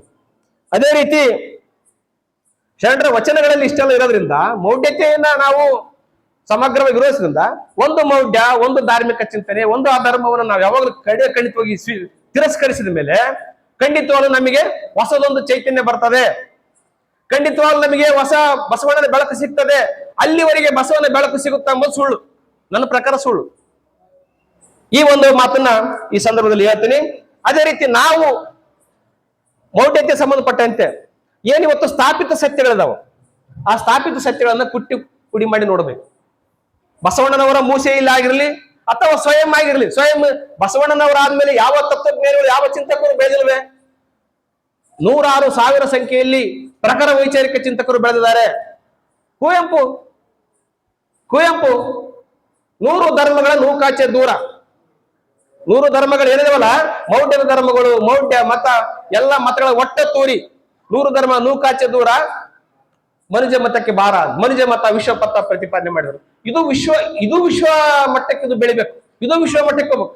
ಆ ತರ ಅನೇಕ ಚಿಂತಕರ ತಾತ್ವಿಕ ವಿಚಾರಗಳನ್ನ ನಾವು ಅಧ್ಯಯನ ಮಾಡದೆ, ನಾವು ಅದನ್ನ ಅರ್ಥ ಮಾಡಿಕೊಳ್ಳದೆ, ನಾವೇನಾದ್ರು ಒಂದು ಸಾಮಾಜಿಕವಾದಂತ ಬದಲಾವಣೆ ಮಾಡಕ್ ಹೋಗ್ಬಿಡ್ತೀವಿ ಅಂತ ಹೇಳಿದ್ರೆ ಅದು ಶುದ್ಧ ತಪ್ಪಾಗ್ತದೆ ಅನ್ನುವಂತ ಮಾತನ್ನ ಈ ಸಂದರ್ಭದಲ್ಲಿ ನಾನು ಹೇಳಿಕ್ಕೆ ಇಷ್ಟಪಡ್ತೀನಿ. ಈಗೇನು ತಾತ್ವಿಕ ಸತ್ಯಗಳಲ್ಲ, ಅವೆಲ್ಲ ಸತ್ಯಗಳಲ್ಲ. ಇವುಗಳ ಜಾತಿ, ಫಾರ್ ಎಕ್ಸಾಂಪಲ್ ಹೇಳ್ತೀನಿ, ನಿಮ್ಗೆಲ್ಲ ಹೇಳಕ್ ಆಗೋದಿಲ್ಲ. ಜಾತಿ ಕಾಲದಿಂದ ಮಾಡಿದಪ್ಪ, ಕಾಲದಿಂದ ಬಂದಿಲ್ಲ. ಅದು ಎಕ್ಸಾಕ್ಟ್ಲಿ ಗುಪ್ತರ ಕಾಲದಿಂದ ಬಂದೈತೆ. ಅದು ಕ್ರಿಸ್ತ ಶಕ 4ನೇ ಶತಮಾನ, ಶಕ ಪೂರ್ವ ಕೂಡ ಅಲ್ಲದು, ಶಕದಾಗ ಇರುವಂತದ್ದು. ಅಲ್ಲಿವರೆಗೆ ಅನುಲೋಮ ವಿಲೋಮ ವಿವಾಹ ನಡೀತಿದ್ವು, ಅಲ್ಲಿವರೆಗೆ ಮೇಲ್ಜಾತಿ ಕೆಳಜಾತಿ ವಿವಾಹ ನಡೀತಿದ್ವು, ಕೊಡತಂಬ ನಡೀತಿತ್ತು, ಊಟ ವಸತಿ ಅಷ್ಟು ನಡೀತಿತ್ತು, ಎಲ್ಲರ ಮನೆ ಒಂದೇ ಅಲ್ಲಿ. ಆದ್ರೆ ಯಾವಾಗ ಈ ಮನೋಧರ್ಮ ಶಾಸ್ತ್ರದವರು ಬೌದ್ಧ ಮತಗಳ ನೆಲೆಗಳ ಮೇಲೆ ದಾಳಿ ಮಾಡಿದ್ರು, ಈ ದೇಶದಲ್ಲಿ ಬೌದ್ಧ ಧರ್ಮನೆಲ್ಲ ಸಂಪೂರ್ಣ ನಾಶ ಮಾಡಿದ್ರು, ಯೂನಿವರ್ಸಿಟಿಗಳ ಮೇಲೆ ದಾಳಿ ಮಾಡಿದ್ರು, ಅವರ ಪುಸ್ತಕಗಳನ್ನ ಸುಟ್ಟಾಕಿದ್ರು, ಮಿಹಿರಗುಲ ಅಂಡ್ ಓನರು ಅಂಡ್ ಕಂಪನಿ ಎಲ್ಲ ಸೇರ್ಕೊಂಡು ಅವರ ವೇದಿಕೆ ಸಿದ್ಧ ಮಾಡಿದ ಮೇಲೆ ಗುಪ್ತರ ಅಧಿಕಾರಕ್ಕೆ ಬಂದ್ರು. ಗುಪ್ತರು ದೊಡ್ಡ ಲ್ಯಾಂಡ್ ಲಾರ್ಡ್ಸ್, ಫ್ಯೂಡಲಿಸ್ಟ್. ಅವ್ರು ಬಂದ ಮೇಲೆ 4 ಚತುರ್ವರ್ಣಗಳಲ್ಲಿ ಪಂಚಮರೇಂದ್ರ ಇಲ್ಲೇ ಇರ್ಬೇಕು. ಇವರು ಮನೆಗೆ ಊರಾಗ ಬರ್ಬೇಕಾದ್ರೆ ಇದನ್ನ ಮಾಡ್ಬೇಕು, ಏನು ಇಂದ ಕಟಿಂಗ್ ಬರ್ಬೇಕು, ಬಾರಿ ಕಟಿಂಗ್ ಬರ್ಬೇಕು, ಕಪ್ರಿಕೆಯಲ್ಲಿ ಉಳ್ಬೇಕು, ಏನಿದಾವಲ್ಲ ಅವೆಲ್ಲ ಗುಪ್ತರ ಕಾಲದಿಂದ ಬಂದವು. ಇತಿಹಾಸ ಗೊತ್ತಿಲ್ಲ ನಮ್ಗೆ. ಅದಕ್ಕಿಂತ ಮುಂಚೆ ಜನ ಸ್ವಚ್ಛವಾಗಿದ್ರು, ಚಂದಿದ್ರು. ಎಷ್ಟು ಚಂದಿದ್ರು, ಸ್ವಲ್ಪ ಹೆಚ್ಚು ಕಮ್ಮಿ ಇರ್ಬೋದು. ಆದ್ರೆ ಈ ಜಾತಿ ಅಂತ ಇದ್ದಿಲ್ಲ. ಇದೊಂದು ಕಾಲದಿಂದ ಬಂದದ್ದಲ್ಲ.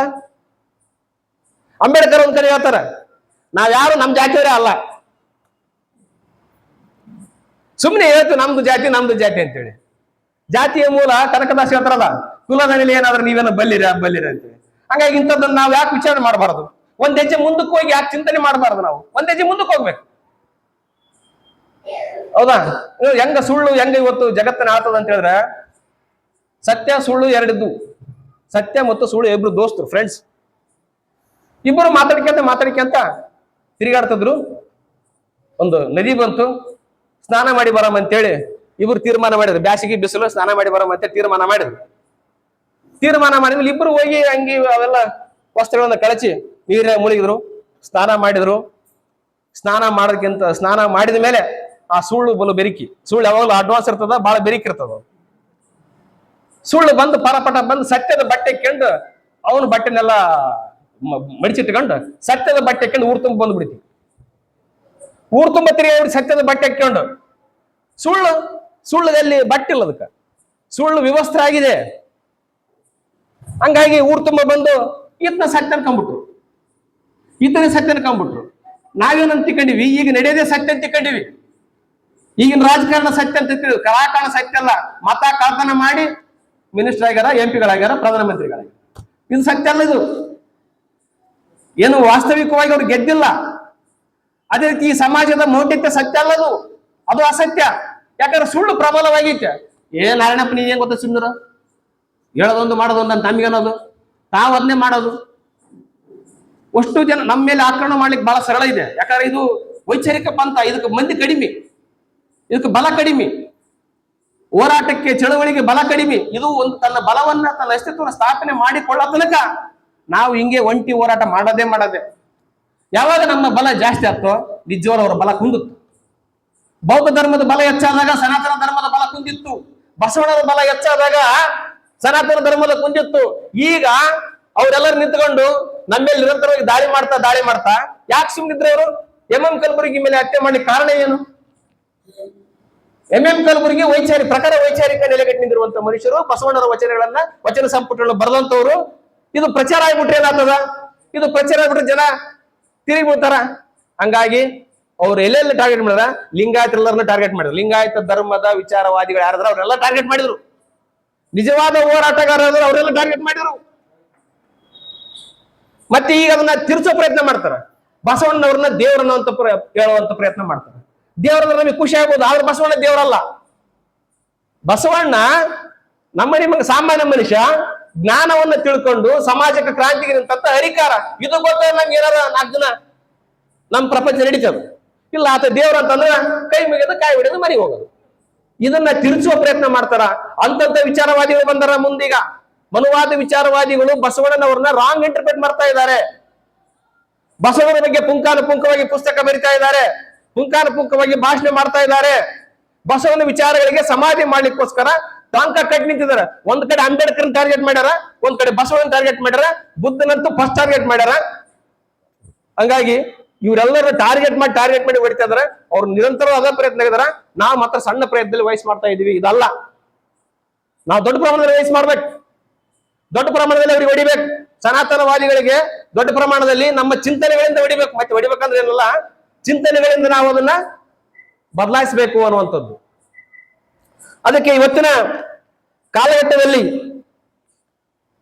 ಏನಾಗಿದೆ ಅಂತ ಹೇಳಿದ್ರೆ, ಈ ಗುಹೇಶ್ವರ ಹಲಮ ಪ್ರಭುಗಳು ಹೇಳ್ತಾರ, ಅಜ್ಞಾನವೆಂಬ ತೊಟ್ಟಿಲೊಳಗೆ ಜ್ಞಾನವೆಂಬ ಶಿಶುವ ಮಲಗಿಸಿ ಸಕಲ ವೇದ ಶಾಸ್ತ್ರಗಳೆಂಬ ಜೋಗುಳ ಕಟ್ಟಿ ನೇಣು ಕಟ್ಟಿ ಜೋಗುಳ ಪಾಡುತ್ತಿದ್ದಾಳೆ ಭ್ರಾಂತಿ ಎಂಬ ತಾಯಿ. ತೊಟ್ಟಿಲು ಮುರಿದು ಜೋಗುಳನಿಂದಲೇ ಗುಹೇಶ್ವರನ ಕಾಣಲಾಗದು. ನಾವೇನ್ ಮಾಡ್ಬೇಕಂದ್ರೆ, ಸಕಲ ವೇದ ಶಾಸ್ತ್ರಗಳಲ್ಲೇ ಪ್ರಾಬ್ಲಮ್ ಇದೆ. ಕಲ್ಯಾಣದಲ್ಲಿ ಹುಟ್ಟಿನ ಮಗಳೇ ಕಲ್ಲು ದೇವರ ಕುಟ್ಟುತ್ತ ಬಂದೆ, ಎಲ್ಲ ಶಾಸ್ತ್ರವು ಸುಳ್ಳೈತವ, ಅಲ್ಲಮ್ಮ ದೇವರ ದೇವ ನಾನು. ನಮ್ಮ ಇರ್ಪನಗೌಡ ಏನಂತಾರ, ಅಲ್ಲಮ್ಮ ದೇವರ ದೇವ ನಾನು. ಅಲ್ಲಮ್ಮ ದೇವರ ತಪ್ಪಿಣ ನಾನು. ಯಾರನ್ನ ತಪ್ಪಿಣಿ ದೇವ್ರಂತ? ಅಲ್ಲಮ್ಮ ದೇವ್ರನ್ನ ದೇವ್ರ ತಪ್ಪಿಣಿ. ಎಲ್ಲಿಂದ ಬಂದಿನಿ? ಕಲ್ಯಾಣದಿಂದ ಬಂದಿನಿ. ಎಲ್ಲ ಶಾಸ್ತ್ರವು ಸುಳ್ಳೈತವ, ವಸ್ತು ಶಾಸ್ತ್ರ ಸುಳ್ಳು, ವೇದ ಶಾಸ್ತ್ರ ಪುರಾಣ ಇವೆಲ್ಲವೂ ಸುಳ್ಳು. ಮತ್ತೆ ಅದಕ್ಕೆ ಬಲಿಯಾಗಿದ್ರೆ ನಮ್ಮಂತ ಮೂರ್ಖರು ಯಾರೂ ಇಲ್ಲ.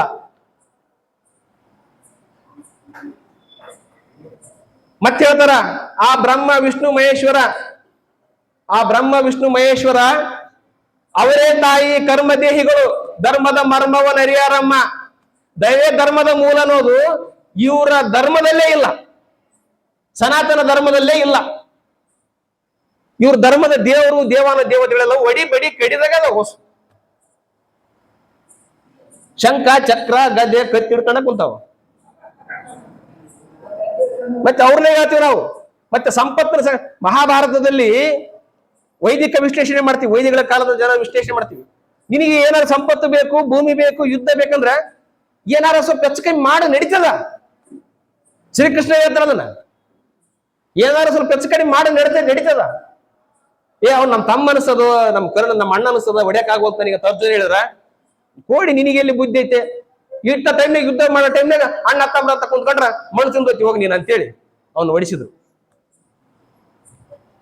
ನಾನು ಮಹಾಭಾರತ ತಪ್ಪಂತ ಹೇಳ್ತಾ ಇಲ್ಲ, ಇವತ್ತು ತಪ್ಪಂತ ಹೇಳಿಲ್ಲ. ಆದ್ರೆ ಸಂಪತ್ತನ್ನು ಸಂಗ್ರಹಿಸೋಸ್ಕರ ಮಾಡುವಂತ ಹಿಂಸಾತ್ಮಕ ಕ್ರೌರ್ಯಗಳೆಲ್ಲವೂ ತಪ್ಪು. ಇದು ಬಸವ ಧರ್ಮದಲ್ಲಿ ಇಲ್ಲ, ಶರಣ ಧರ್ಮದಲ್ಲಿ ಇಲ್ಲ. ಇದು ಶರಣದಲ್ಲಿ ಎಂಬುದು ಹಂಚಿಕೊಳ್ತಿದ್ದ ದಾಸೋಹ, ಶರಣದಲ್ಲಿ ದಾಸೋಹ. ಇಲ್ಲಿ ಎಲ್ಲ ನಮ್ಮ ಪರಶುರಾಮ ಮಲ್ಲಾಪುರ ಎಲ್ಲರೂ ಬಂದ್ರ ಮಾತ್ರ ನಾವು ದಿನ ಬಂದು ಕೇಳ್ತಿರ್ತೀವಿ ವಿಚಾರಗಳನ್ನ. ಕೇಳಿದಾಗ ನಮ್ಗೆ ಅನಿಸಿದ್ದು, ಹೆಚ್ಚಿಗೆ ನಾವು ಇದು ಮಾಡಬಾರ್ದು, ಏನು ದುಡಿಬಾರ್ದು, ಹೆಚ್ಚಿಗೆ ನಾವು ಇದು ಮಾಡಬಾರ್ದು, ಏನು ₹1 ₹10 ಕೊಡಬೇಕು ಅಂತ ಏನೇನು ವಿಚಾರಗಳು ನಾವು ಮಾತಾಡಿದ್ವಿ. ಆದ್ರೆ ಇವತ್ತು ಹಂಗಿಲ್ಲ ಪರಿಸ್ಥಿತಿ. ಇವತ್ತಿನ ವರ್ತಮಾನದ ಪರಿಸ್ಥಿತಿ ಹಂಗಿಲ್ಲ ಗುರುಗಳೇ. ವರ್ತಮಾನದ ಪರಿಸ್ಥಿತಿ ನಿಮ್ಗೆ ದುಡಿದು ದಾಸೋಹ ಮಾಡ್ರಿ ಅಂತ ಹೇಳಿ ನಿಮ್ಗೆ ದುಡಿಯಕ್ಕೆ ಅವಕಾಶನೇ ಕೊಟ್ಟಿಲ್ಲ. ಈಗ ಅದನ್ನ ನೀವು ಗಂಭೀರವಾಗಿ ಚಿಂತನೆ ಮಾಡ್ಬೇಕು. ಏನಿದೆ 18% GST ಯಾವ ದೇಶದಲ್ಲಿದೆ? 5-6 ದೇಶಗಳಿದಾವೆ. ಆಸ್ಟ್ರೇಲಿಯಾ, ಬೆಲ್ಜಿಯಂ, ಆಮೇಲೆ ಭಾರತ, ಇನ್ನೊಂದು 2 ದೇಶಗಳಿದಾವೆ. 5-6 ದೇಶಗಳು ಬಿಟ್ರೆ 18% GST ಪ್ರಪಂಚದ ಯಾವ ದೇಶದಲ್ಲಿಲ್ಲ. ಮುಂದುವರೆದ ಅಮೆರಿಕದಲ್ಲಿಲ್ಲ, ಯುರೋಪ್ ಯಾವ ಕಂಟ್ರಿಲಿಲ್ಲ. ನಾವು ಕಟ್ಟಿ ಸಾಯ್ಬೇಕಾ? Health and education Europe and America ಕಂಟ್ರಿಗಳಲ್ಲಿ ಹೆಚ್ಚು ಕಡಿಮೆ ಫ್ರೀ ಇದೆ. ಒಂದ್ ದೇಶದಲ್ಲಿ ಹೆಚ್ಚು ಕಡಿಮೆ ಇರ್ಬೋದು, ಹೆಚ್ಚು ಕಡಿಮೆ ಫ್ರೀ ಇದೆ. ನಾವು ಲಕ್ಷಾಂತರ ಫೀಸ್ ಕಟ್ತೀವಿ. ಎಲ್ಲಿ ಉಳಿತೀವಿ ನೀವು? ನಾವೆಲ್ಲ ದುಡ್ಡು ದಾನ ಮಾಡ್ರಿ, ಸಂಪತ್ ಸಂಗ್ರಹ ಮಾಡಬೇಡ್ರಿ ಅಂತ ನಿನ್ನೆ ಬಂದು ಹೇಳಿದ್ರು. ಸಂಪತ್ ಸಂಗ್ರಹ ಮಾಡಕ್ಕಲ್ಲ, ಬದುಕಕ್ಕ ಸಿಗೋತಿಲ್ಲಿ. ನಮ್ಮ ದೇಶದ ಜನರಿಗೆ ಸಂಪತ್ ಸಂಗ್ರಹ ಮಾಡಿ ಅದ್ರ ಮೇಲೆ ನಾವು ಪುಣ್ಯ ಕಟ್ಟಿ ಎಂಬುದು ಹಾಳಾಗೋಗ್ಲಿ. ಇಲ್ಲಿ ಬದುಕಲಿಕ್ಕೆ ಓದ್ತೇನೆ ಉದ್ಯೋಗ ಇಲ್ಲ. 5-10 ಸಾವಿರ ರೂಪಾಯಿ ನೌಕರಿ ಆಗ್ತದ ಇವತ್ತು. ನೀವು ಕರೆಕ್ಟ್ ಆಗಿ 10 ಸಾವಿರ ರೂಪಾಯಿ ಕೆಲಸ ಕೊಡ್ತಿರ್ಲಿಲ್ಲ, 10 ಸಾವಿರ ರೂಪಾಯಿ ಗಂಡ ಹೆಂಡತಿ ಮಕ್ಕಳು ಬದುಕ್ತಾರೆ, ಇಲ್ಲ ಚಾನ್ಸಸ್ ಇದೆಯಾ? ಎಂತ ಗಂಭೀರ ಸಮಸ್ಯೆ ಇದಾವ.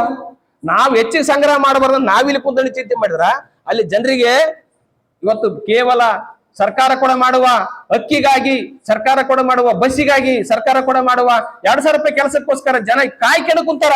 ಅಷ್ಟು ಬರ್ತನೆ ಇದೆ. ಮತ್ತೆ ಇಲ್ಲಿ ಕೋಟಿಗಟ್ಲೆ, ಏನು ಲಕ್ಷಾಂತರ ಕೋಟಿ ರೂಪಾಯಿ ಭೂಮಿ ಅಂದ್ರೆ ಭೂಮಿ ಅಂಬಾನಿಗಾದ ಬರ್ಕೊಟ್ಟು ಬಿಡ್ತಾರ. ಏನು ಇವತ್ತು ಕರೆಂಟ್ ಅವರಿಗೆ ಫ್ರೀ, ಟ್ಯಾಕ್ಸ್ ಫ್ರೀ ಅವರಿಗೆ. ಮತ್ತೆ ಎಲ್ಲಿ ಹೋದ ದುಡ್ಡು? ನಾವಿದ್ರೆ ಸಂಗ್ರಹಿಸಬಾರ್ದು ಅಂತ ಹೇಳ್ತೀವಿ, ನಾವಿದ್ರೆ ಇಲ್ಲಿ ಇದು ಮಾಡಬಾರ್ದು ಅಂತ ಹೇಳ್ತೀವಿ. ಅಲ್ಲಿದ್ರೆ ಒಂದು ಕಾರ್ಪೊರೇಟ್ ಗೌರ್ಮೆಂಟ್ ಎಲ್ಲ ಸೇರ್ಕೊಂಡು ಅಷ್ಟು ಲೂಟಿ ಮಾಡ್ತಾವ. ನಾವು ಶರಣ ಚಿಂತಕರಾಗಿ ವಿಚಾರ ಮಾಡ್ಬೇಕಾಯ್ತೇನಂದ್ರೆ, ನಾವು ಕೊಡೋಣ, ಪ್ರಾಮಾಣಿಕವಾಗಿ ದುಡಿಯೋಣ, ನಮ್ಮ ಜೀವನ ಎಷ್ಟು ಬೇಕು ಅಷ್ಟು ಗಳಿಸೋಣ. ನಾ ಗಳಿಸ್ಬೇಡ್ರಿ ಅಂತ ಹೇಳ್ತಾ ಇಲ್ಲ ಇಲ್ಲಿ. ಆದ್ರೆ ಅದನ್ನ ಪ್ರಾಮಾಣಿಕವಾಗಿ ದುಡಿಬೇಕು, ಅದನ್ನ ನ್ಯಾಯದಿಂದ ದುಡಿಬೇಕು, ಅದು ಸತ್ಯದಿಂದ ದುಡಿಬೇಕು.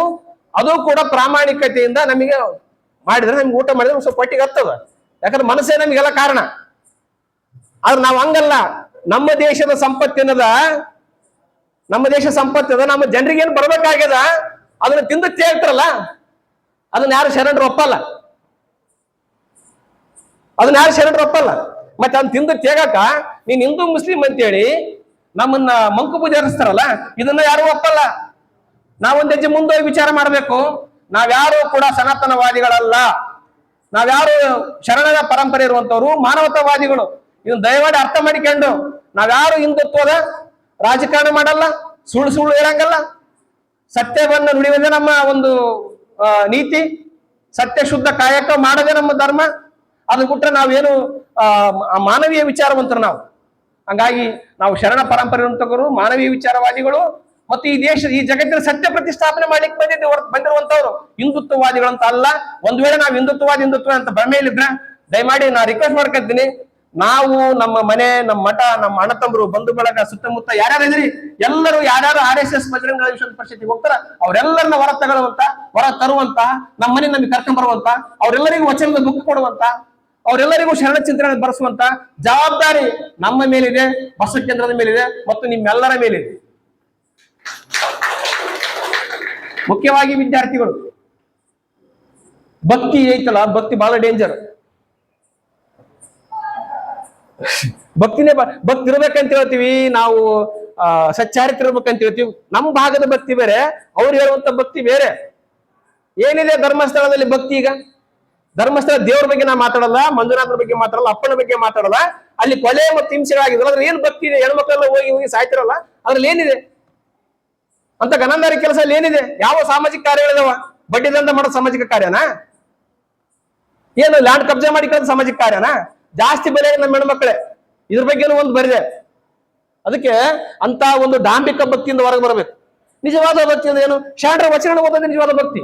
ನನ್ನ ಅಂತಿಮ ಕನ್ಕ್ಲೂಷನ್ ಏನಂತಂದ್ರ, ಶರಣರ ವಚನ ಓದೋದೇ ನಿಜವಾದ ಭಕ್ತಿ, ವೈಚಾರಿಕ ಚಿಂತನೆ ಮಾಡುವುದೇ ನಿಜವಾದ ಭಕ್ತಿ, ಸನ್ಮಾರ್ಗದಲ್ಲಿ ನಡೆಯುವುದೇ ನಿಜವಾದ ಭಕ್ತಿ, ಹಸಿದವನಿಗೆ ಅನ್ನ ನೀಡುವುದೇ ಧರ್ಮ, ದಯವೇ ಧರ್ಮದ ಮೂಲವಯ್ಯ, ದಯವಿಲ್ಲದ ಧರ್ಮದ ಯಾವುದಯ್ಯ? ಸಕಲ ಪ್ರಾಣಿಗಳಲ್ಲೂ ದಯವೇ ಬೇಕು.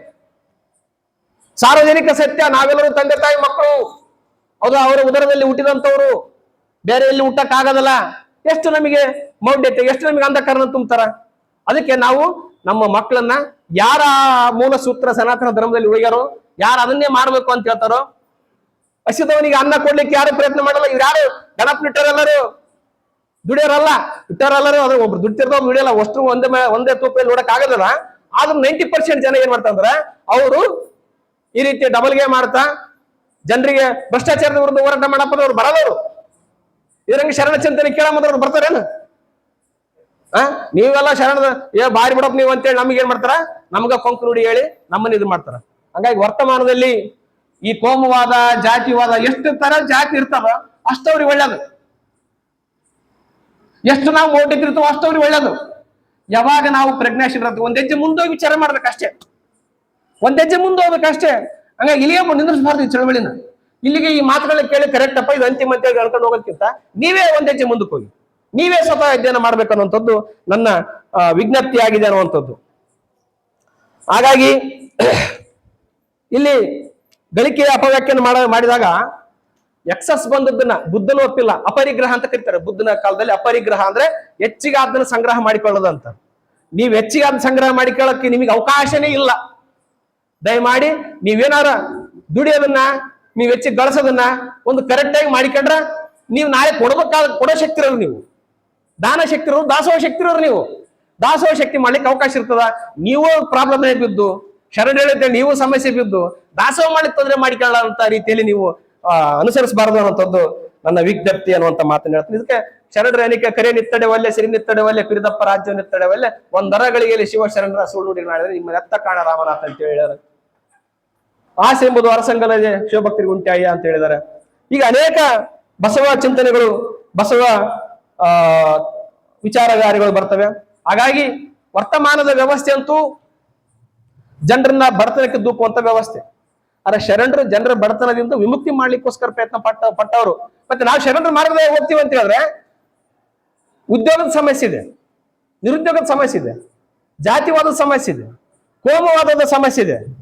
ಎಸ್ಪೆಷಲಿ ಇವತ್ತು ಪ್ರಪಂಚದ ಬಹುಪಾಲ ಸಂಪತ್ತನ್ನ, ಪ್ರಪಂಚ ಎಲ್ಲಾ ಸಂಪತ್ತು, ಬಹುಪಾಲ ಬೇಡ, ಅಷ್ಟು ಸಂಪತ್ತನ್ನ, ಏನು 6 ಖಂಡ 7 ಖಂಡದವ, 7 ಖಂಡದ ಇರುವಂತ ಎಲ್ಲಾ ಭೂಭಾಗದ ಪ್ರಪಂಚವನ್ನ ಕೇವಲ ಬೆರಳಿಕೆಯ ಸಂಖ್ಯೆ ಜನ ಕಂಟ್ರೋಲ್ ಮಾಡ್ತಾ ಇದ್ದಾರೆ. ಎಲ್ಲಿ ದಾಸೋಹ ಮಾಡಬೇಕು ನಾವು, ಎಲ್ಲಿ ಶರಣ ತತ್ವ ಅನುಸರಿಸಬೇಕು? ಅದಕ್ಕೆ ಬಸವಣ್ಣನವರು ಬರೀ ಹೇಳಿಲ್ಲ, ಚಳವಳಿ ಮಾಡಿದ್ರು, ಯುದ್ಧ ಮಾಡಿದ್ರು. ಅದ್ರ ಸಲುವಾಗಿ ಸಂಪತ್ತನ್ನ ಹಂಚಲಿಕ್ಕೋಸ್ಕರ ಒಂದು ರಾಜ್ಯನ ಕಟ್ಟಿದ್ರು. ಅದಕ್ಕೆ ನಾವು ಮೊನ್ನೆ ಗೊರಬಳ ಸರ್ ಇಲ್ಲೇ ಮಾತಾಡಿದ್ರು, ನಾವೆಲ್ಲರೂ ಫಸ್ಟ್ ನಮ್ಮ ಪ್ರಜ್ಞೆ ಹತ್ತರಿಸಬೇಕು, ಸಾಮಾಜಿಕ ಕ್ರಾಂತಿಗೆ ದಾರಿ ಮಾಡಿಕೊಡ್ಬೇಕು. ಸಾಮಾಜಿಕ ಕ್ರಾಂತಿಗೆ ದಾರಿ ಆಗದೆ ರಾಜಕೀಯ ಕ್ರಾಂತಿ ಬರಲ್ಲ. ನಮಗೆ ಪ್ರಜ್ಞೆ ಬರದೆ ಹೆಂಗ ರಾಜಕೀಯ ಬರ್ತದೆ? ಹಂಗಾಗಿ ನಾವೆಲ್ಲರೂ ದಿನನಿತ್ಯ ಸಾಮಾಜಿಕ ಪರಿವರ್ತನೆಯ ಭಾಗವಾಗಿ ನಾವು ಅಧ್ಯಯನ ಮಾಡೋಣ. ಎರಡನೇದ್ದು, ನಾವೇ ಅಧಿಕಾರದಾಗ ಬಂದ್ರೆ ಶರಣ ತತ್ವಗಳನ್ನ ಮನೆ ಮನೆಗೆ ಅದೇ ಪಾಲ ಮಾಡಬೇಕು. ಈಗ ಅವ್ರ ಹೆಂಗ್ ಫಾಲೋ ಮಾಡಕತ್ತೀವಿ, ಅವ್ರನ್ನ ಹೆಂಗ್ ನಮಗೆ ಬಕ್ರ ಮಾಡಕತ್ತಾರ, ಹಂಗ ನಾವು ಅವಾಗ ನಮ್ಮ ರಾಜ್ಯಕ್ಕೆ ಅಧಿಕಾರ ಸ್ಥಾಪನೆ ಮಾಡೋದ್ರ ಮೂಲಕ ನಾವು ಮಾಡ್ಬೋದು. ಇದ್ರಲ್ಲಿ ಏನಂದ್ರ, ಇದರಲ್ಲಿ ಬಹಳ ಸಮಸ್ಯೆ ಇದಾವೆ. ಈ ಹೊಸದೊಂದು ಬಗೆಯ ಹೋರಾಟಗಳನ್ನ ಮಾಡಬೇಕು, ಹೊಸ ಕ್ರಾಂತಿ ಮಾಡಬೇಕು, ಹೊಸ ಸಾಮಾಜಿಕ ಅರಿವನ್ನು ಮೂಡಿಸ್ಬೇಕಂತ ಹೇಳಿ ನಾವು ಹೇಳಿಬಿಡ್ತೀವಲ್ಲ, ಇದರಲ್ಲಿ ಬಹಳ ಸಮಸ್ಯೆ ಇದಾವೆ. ಇದರಲ್ಲಿ ಯಾರು ಸ್ವಲ್ಪ ದಪ್ಪ ಇರೋರು, ಎತ್ತರರು, ಸ್ವಲ್ಪ ರೊಕ್ಕ ದರಿದ್ರ ಬಹಳ ಖುಷಿ ಆಗ್ತಾರೆ ಮಂದಿ. ಇದರಲ್ಲಿ ಶರಣ ತತ್ವವನ್ನು ಫಾಲೋ ಮಾಡಂಗಿಲ್ಲ, ಮಾಡ್ಬೇಕು, ಆದ್ರೂ ಮಾಡಂಗಿಲ್ಲ ನಾವು. ಇದರಲ್ಲಿ ಜಾತಿ ನೋಡ್ತೀವಿ, ಇದರಲ್ಲಿ ಕೂಡ ಸ್ವಲ್ಪ ಈ ಹುಡುಗ ಸ್ವಲ್ಪ ಕಾಣುತ್ತಾನಂತ ಈ ತರ ವಿಚಾರ ಮಾಡ್ತೀವಿ. ಮಾಡಬಾರ್ದು. ಏನು ವಿಷಯ ಇದೆ, ಏನು ವಿಚಾರಗಳಿದೆ, ಆ ವಿಚಾರಗಳಿಗೆ ಸರಿಯಾದಂತ ಒಂದು ಬೆಂಬಲ ಕೊಡಬೇಕು ಮತ್ತು ನಾವೆಲ್ಲರೂ ಒಗ್ಗಟ್ಟಾಗಬೇಕು. ಎಷ್ಟು ದಿನ ಅಂತ ನಾವು ಆ ಧರ್ಮ ಈ ಧರ್ಮ, ಎಷ್ಟು ದಿನ ಆ ಜಾತಿ ಜೊತೆ ಅಂತ ಇರ್ತೀವಿ? ದಿನ ಹಿಂಗೆ ಮುಂದುವರೆದ್ರೆ, ಇನ್ನೊಂದಿಷ್ಟು ದಿನ, ಇನ್ನೊಂದು ಕೆಲವು ವರ್ಷ ಹಿಂಗೆ ಮುಂದುವರೆದ್ರೆ ನಾವೆಲ್ಲರೂ ಊಟಕ್ಕೆ ಕೂಡ ಗಟ್ಟಿಲಂತ ಕೆಟ್ಟ ಪರಿಸ್ಥಿತಿ ಬರ್ತೀವಿ. ಬಂಧುಗಳೇ, ನಮ್ಮ ಆಸ್ತಿನಲ್ಲಿ ಲೂಟಿ ಹೊಡಿತಾರೆ. ಅದು ಹೆಂಗ್ ಲೂಟಿ ಹೊಡಿತಾರೆ ಅಂತ ಅವ್ರು ಸ್ಟ್ರಾಟಜಿ ಮಾಡ್ಯಾರ. ಕಾರ್ಪೊರೇಟ್ ಕಂಪನಿಗಳು ಬಹಳ ಸ್ಟ್ರಾಟಜಿ, ಆ ಸ್ಟ್ರಾಟಜಿನೇ ಅರ್ಥ ಆಗಲ್ಲ ನಮಗ. ಇವತ್ತು ಗೊಬ್ಬರ ಬೆಲೆ, ಎಣ್ಣೆ ಬೆಲೆ, ರೈತರ ಪರಿಸ್ಥಿತಿ ಎಲ್ಲಿ ಗೊತ್ತೈತಲ್ಲ? ರೈತರ ಪರಿಸ್ಥಿತಿ ಬದುಕಿ ತಾವು ಬೆಳೆದ ತಾವು ತಿನ್ನಲಾರಂತ ಪರಿಸ್ಥಿತಿ ರೈತ ತಂದಿಟ್ರ. ಅಣ್ಣರೇವ್ರಿಗೆ ಸಾವಯವ ಬಳಸ್ತಾರೆ. ಸಾವಯವ ತಿಂದು ಬದುಕಷ್ಟು ಯಾರ್ಯಾರ ಆರ್ಥಿಕ ಸುಭಿಕ್ಷೆ ಇದೆಯಾ? 200 ರೂಪಾಯಿ 300 ರೂಪಾಯಿ ಕೆಜಿ ಅವೇನತ್ರ ಕೊರಲ್ಲ, ಸಾಮೆ ಅಂತ ಹೇಳ್ತೀವಿ. ಎಲ್ಲರನ್ನು ಮೇಂಟೈನ್ ಮಾಡಕ್ ಆಗ್ತದ? ಎಲ್ಲರೂ ಬಾದಾಮಿ ಫುಡ್ಸ್ ತಿನ್ನಕ್ ಆಗ್ತದ? ಆದ್ರೆ ನಾವ್ ಈಗ ಇದನ್ನ ವಿಚಾರ ಮಾಡಕ್ ಹಚ್ಚಿವಿ, ಆದ್ರೆ ಅಲ್ಲಿ ಸೊಸೈಟಿಗೆ ಸಲ ಕಾಯಕತ್ತೀವಿ. ಎಷ್ಟು ತದ್ವಿರುದ್ಧ ಐತಿ ನೋಡ್ರಿ, ಎಷ್ಟು ವೈರುಧ್ಯಗಳಿದಾವ. ಹಂಗಾಗಿ ನಾವೇನ್ ಮಾಡ್ಬೇಕಂತ ಹೇಳಿದ್ರೆ, ಇದೆಲ್ಲವನ್ನ ಒಂದು ದಾರಿಗೆ ಮಾಡಿಕೊಂಡು, ಹೋರಾಟಕ್ಕೆ ಅಣಿ ಮಾಡಿಕೊಳ್ಳೋದು ದಾರಿ ಬಿಟ್ರೆ ಅನ್ಯ ಮಾರ್ಗವಿಲ್ಲ. ಬಸವ ತತ್ವದಲ್ಲಿ ಹಿಡಿಯೋದು ಬಿಟ್ರೆ ಬೇರೆ ದಾರಿನೇ ಇಲ್ಲ ಅನ್ನುವಂಥದ್ದು ನನ್ನ ಮಾತಿನ ಸರಣಿಯಾಗಿದೆ. ಬಸವ ತತ್ವಗಳಲ್ಲಿ ಬುದ್ಧ, ಬಸವ, ಅಂಬೇಡ್ಕರ್ ದಾರಿಯಲ್ಲಿ, ನಾರಾಯಣಗುರು ಪೆರಿಯಾರ್ ಅವರ ದಾರಿಯಲ್ಲಿ ನಡೆಯದೆ, ಆ ವಿಚಾರ ನಮ್ಮ ಜೀವನದ ಮಾರ್ಗವನ್ನಾಗಿ ಮಾಡಿಕೊಳ್ಳದೆ ನಾವು ಬಡತನ ಮುಕ್ತ ಮಾಡಿಬಿಡ್ತೀವಿ. ನಾವು ಸಾಮಾಜಿಕ ಸಮಾನತೆ ತಂದು ಬಿಡ್ತೀವಿ. ನಾವು ಬರೀ ಇದು ಮಾಡ್ತಿದ್ರೆ ಆಧಾರದ ವಿಷಯ. ಅವೆಲ್ಲ ವಿಚಾರಗಳನ್ನು ಅನುಸರಿಸಬೇಕು. ಅನುಸರಿಸುತ್ತಾ ನನಗೆ ಟೈಮ್ ಆಯ್ತಾ ಹೆಂಗ ಗೊತ್ತಿಲ್ಲ, ಆಗೈತೆ.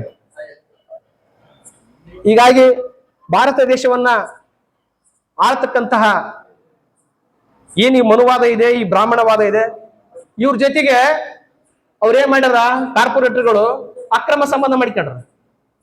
ಕಾರ್ಪೊರೇಟ್ ಬಂಡವಾಳಶಾಹಿಗಳು ಮನುವಾದಿ ಜೊತೆ ಅಕ್ರಮ ಸಂಬಂಧ ಮಾಡಿಕೊಂಡ್ರ. ಅಕ್ರಮ ಸಂಬಂಧ ಅಂದ್ರೆ ಏನು?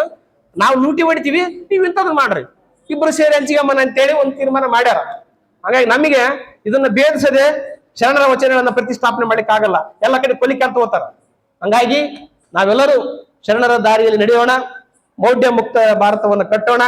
ಇವತ್ತಿನ ವರ್ತಮಾನದ ತಲ್ಲಣಗಳಿಗೆ ಮುಖಾಮುಖಿ ಆಗ್ಬೇಕು. ಹೆಂಗಂದ್ರೆ ವಚನ ಸಾಹಿತ್ಯದ ಮೂಲಕ ಮುಖಾಮುಖಿ ಆಗ್ಬೇಕು. ವಿಶ್ವಶ್ರೇಷ್ಠ ಸಾಹಿತ್ಯದು, ಅದ್ರ ಜೊತೆಗೆ ಹೊಸದೊಂದು ಚಿಂತನೆ ದಾರಿಗಳಿದಾವೆ. ಆ ಎಲ್ಲಾ ದಾರಿಗಳನ್ನ ನಮ್ಮ ಜೊತೆ ಸೇರಿಸ್ಕೊಳ್ಳೋಣ, ತಪ್ಪೇನಿಲ್ಲ.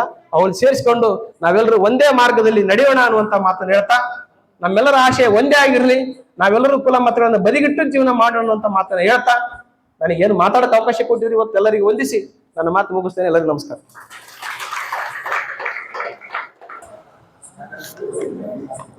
ಅನುಭವದ ನುಡಿಯನ್ನು ನುಡಿದಂತಹ ಶರಣ ಶ್ರೀ ನಾರಾಯಣ ಬೆಳಗುರ್ಕಿ ಚಿಂತಕರು ಸರ್ ಇವರಿಗೆ ಶರಣು ಶರಣಾರ್ಥಿಗಳು. ಈಗ ಸನ್ಮಾನ ಕಾರ್ಯಕ್ರಮ. ಎಲ್ಲರೂ ತಮ್ಮ ಕುಟುಂಬದೊಂದಿಗೆ, ಪರಿವಾರದೊಂದಿಗೆ, ಸ್ನೇಹಿತರೊಂದಿಗೆ ಇಲ್ಲಿಗೆ ಆಗಮಿಸಬೇಕಾಗಿ ನಮ್ಮೆಲ್ಲ ವೇದಿಕೆ ಪರವಾಗಿ ವಿನಂತಿ ಮಾಡ್ತಾರೆ.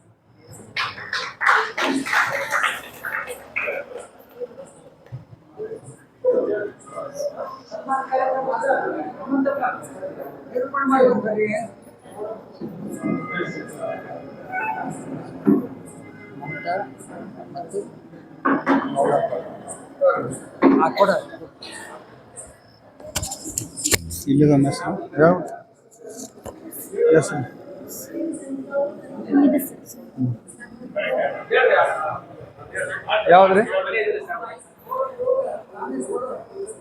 ಯಾರು ಇದು ತಡೆ 1 ನಿಮಿಷ ತಡಿ. ಫಸ್ಟ್ ತಡಿ ಮಾಡ್ತೇವೆ. ನಾಳಿನ ದಿನದ ಶ್ರಾವಣ ಮಾಸದ ದಿನವನ್ನು ಮಾಡಿಕೊಳ್ಳಲು ನಾಳಿನ ದಾಸೋಹಿಗಳು ಬಂದು ವಿನಂತಿಸ್ಕೊಳ್ಬೇಕಾಗಿ ವಿನಂತಿಸ್ಕೊಳ್ತೇವೆ. ಯಾರದಪ್ಪ?